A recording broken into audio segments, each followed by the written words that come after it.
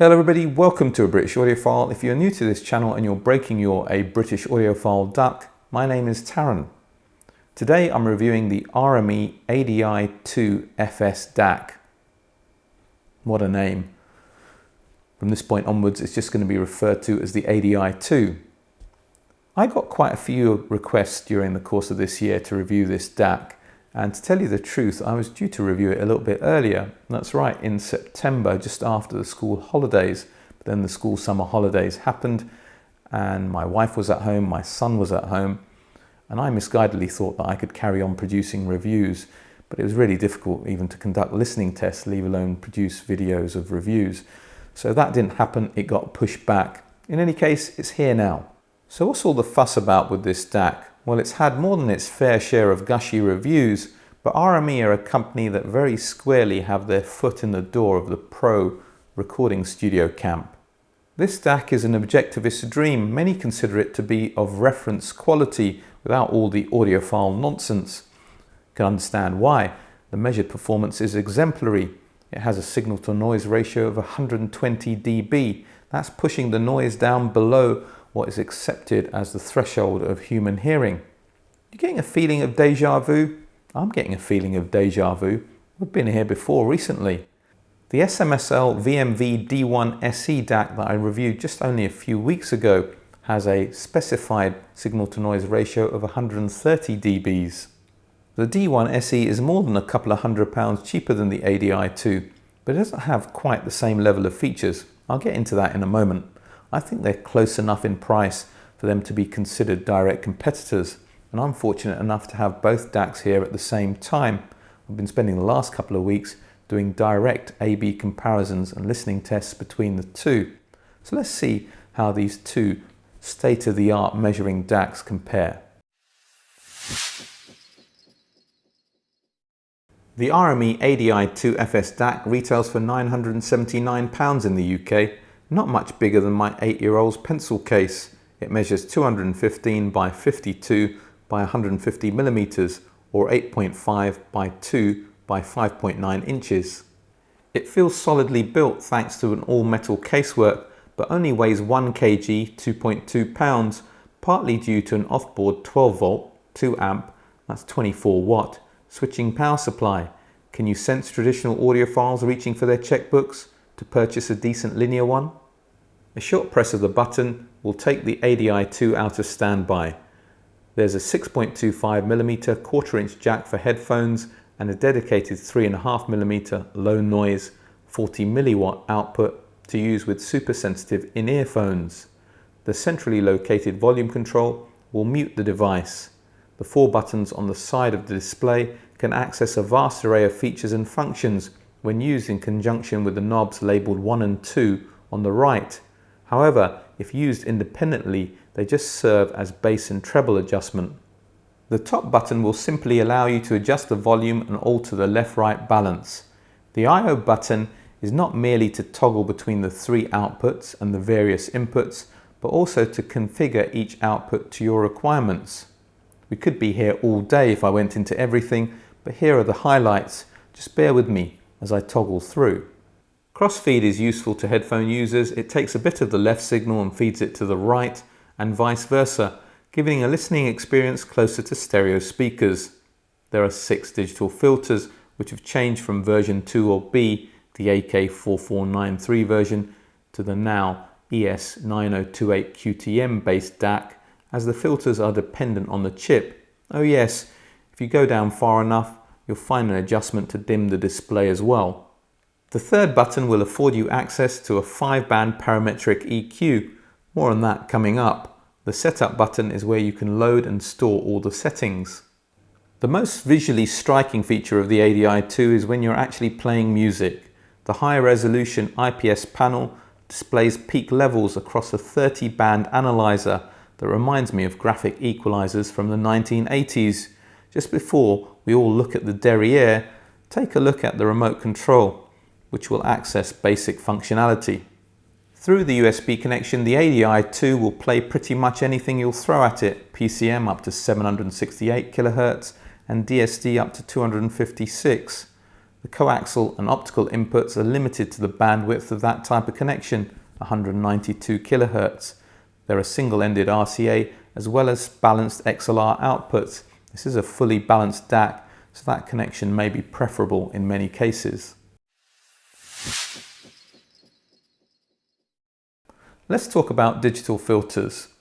Now, I'm going to keep things relatively simple, otherwise we're going to lose a lot of people. Also, I've forgotten a lot more than I remember about digital signal processing from university lectures over 20 years ago. Inside your DAC, you have a few different types of filters for different purposes. One of those filters is to remove ultrasonic content. You might ask, why do you need to remove ultrasonic content? It's not audible, and you'd be right. Well, the reality is it upsets the operation of the DAC if left unchecked. One of the artifacts it can cause is aliasing. Aliasing is when the sample rate isn't high enough to properly reconstruct the waveform, and it can reflect back into the audible spectrum, creating distortion. So let's take a look at the digital filters inside this DAC. No digital filter is perfect. They can be constructed in different ways, but they all produce artifacts. If you take a look at this screenshot that I've taken from the manual, you can see 4 of the digital filters available on this DAC. The 2 filters labelled short delay sharp and short delay slow are what are known as IIR filters, infinite impulse response. They shouldn't have that ripple at the back, that's called post-ringing.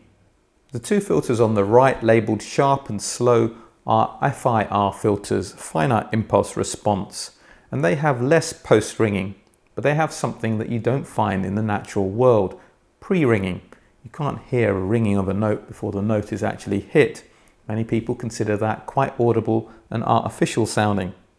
The 2 FIR filters on the right are also linear phase, which means regardless of the frequency that passes through them, the time it takes for it to be reconstructed is the same. That isn't the case with the IIR filters on the left. The 2 filters at the bottom have the cleanest impulse response with very little pre-ringing and post-ringing. So why not just use them?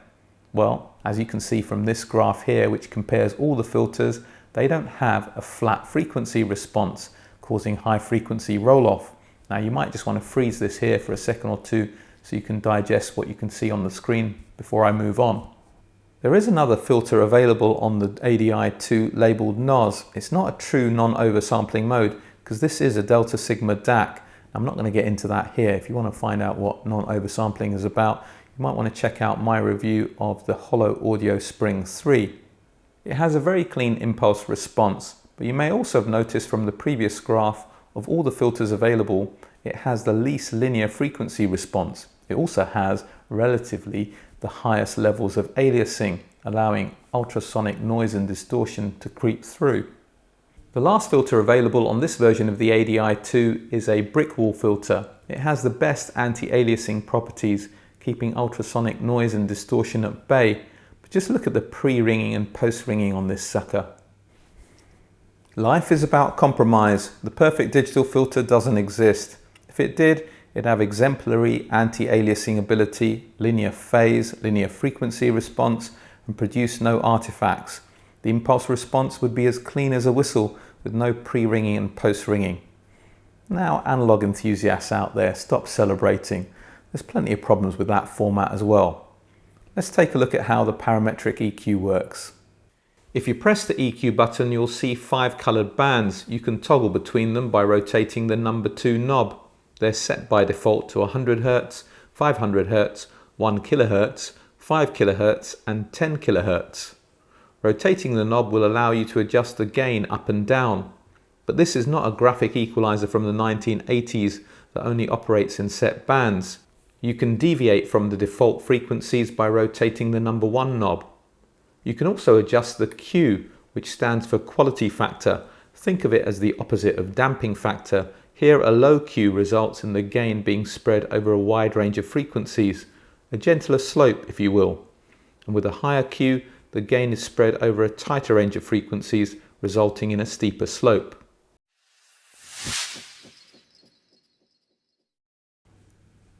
Okay, I get it. I understand why so many people rave about this DAC. It's highly resolving, It's neutral sounding, nothing particularly unusual about that. Many DACs around this price have those characteristics, but it's also very natural in its presentation, and that is unusual for DACs in this market segment. Neutral and natural don't mean the same thing. Neutral just means it's fairly even in its frequency response, not drawing your attention to one particular region. Natural means it's able to reproduce acoustic instruments and vocals like they are real. So let's delve in a little further. The bass is exemplary. Usually there's a trade-off when it comes to agility and definition in the bass as opposed to weight and dynamics. But here I feel RME have judged this to perfection. The ADI-2 is not going to trip over itself even with phonetic rhythms, but it does this whilst maintaining that sense of authority and providing that foundation to the music that most of us enjoy. Dare I say, in this particular regard, it's as good as the best DAC that I reviewed when it comes to reproducing low frequencies, Denefrips Pontus 2, at over double its price. The mid-range is where the rubber really meets the road, and many a chip-based DAC around this price can find themselves veering off track, just to continue that motoring analogy. Sure, they sound clean, detailed, pull off lots of information, but when plugged into a highly resolving system, they just don't sound natural when it comes to vocals and acoustic instruments in particular. You know that you're listening to a recording. That isn't the case with the ADI-2. It has plenty of body, what I sometimes describe as acoustic mass, and it does this whilst maintaining good levels of clarity and resolution as well. It's not quite as resolving as the SMSL VMV D1 SE DAC that has super etched out leading edges of notes and decays that are slightly more prominent. The D1 SE is more analytical sounding, but it also gives the impression of sounding a little lightweight in comparison to the more organic, fluid presentation of the ADI-2. The ADI-2 has the wider soundstage of the two, but the imaging is a little bit more precise and locked down with the D1 SE. Both of these DACs have very limited soundstage depth, a characteristic of chip-based DACs around this price. If you don't like that type of characteristic, you're better off going for chord DACs. Even something like my Chord Mojo, which retails for around £400, has greater soundstage depth than both of these DACs, although it can't match them in terms of resolution. The high frequencies also separate out these two DACs, with the D1 SE going for more top-end extension and that sense of air. This feeds into its detail-centric presentation. It does this pretty well for a DAC around this price without sounding over bright and with a reasonable degree of refinement. The ADI-2 in comparison sounds even more refined, but it does this a little bit at the expense of detail and that top-end airiness. Which one you prefer is going to come down to system matching and personal taste. I've already covered quite a bit about how some of the key features work in previous sections, so I don't want to go over that again. But I do want to say this. If you want to use this purely as a DAC, you can do. Just turn the volume all the way up and it's pretty much plug and play. But if you're an all digital audiophile and you're partnering it with price appropriate components, the digital preamp on this DAC works very well. I don't think you'll need a separate preamp. You can plug this directly into a power amp or active speakers. The real value of that parametric EQ works when you start using it with room measurements. At least it does in my mind. You can then use it to flatten out the frequency response in your room. It's particularly useful at low frequencies. You don't have to spend a fortune, just download some free software from REW and purchase a mic. Something like the Yumi mic costs less than £150. Because the ADI-2 imposes such little to no character on the music itself, it's going to work in a wide range of systems. I hooked it up to the Atol Iron 80 signature amplifier that I recently reviewed. That has its own excellent internal ESS DAC fitted as an optional extra. To tell you the truth, I couldn't hear that much difference when I heard the two DACs. The ADI-2 was perhaps a little bit more open sounding, whereas the internal Atol DAC I felt had a little bit more soundstage depth. I wouldn't be taking any Pepsi challenges on it. The Atol Iron 80 signature has a very distinct character. It's a big, warm, rich sounding amplifier. It was ultimately the character of the amplifier that came through.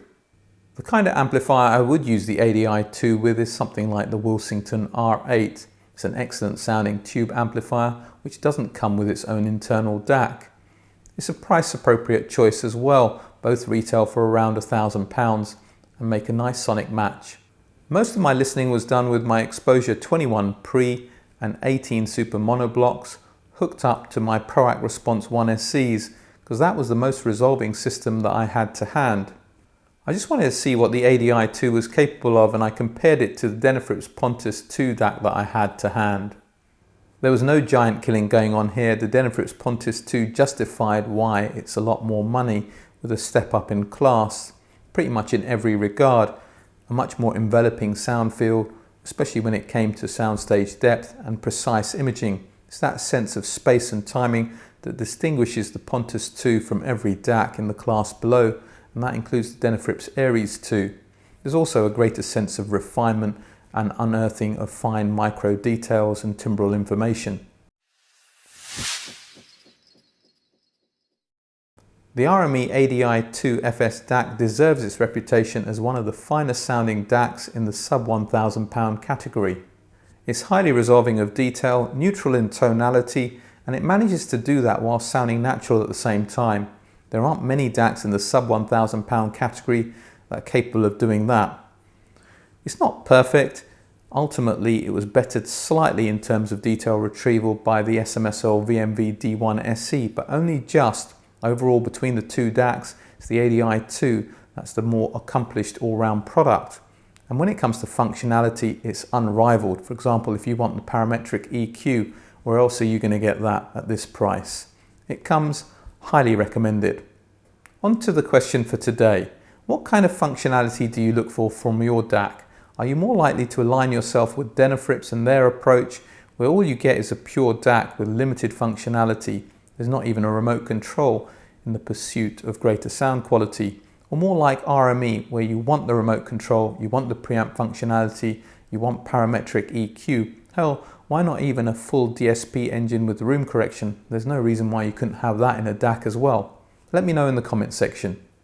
All that remains for me to say is if you like this video, please do that social media stuff. Hit the like button, share it. If you like what I'm doing with this channel and you want to see it grow, please consider subscribing if you haven't subscribed already, and hit that bell notification so you know when new videos arrive. Check me out on Patreon for consultancy services and Patreon only content, and the ABA Club where we can talk face to face sometimes. But for today, for now, British Audiophile signing off.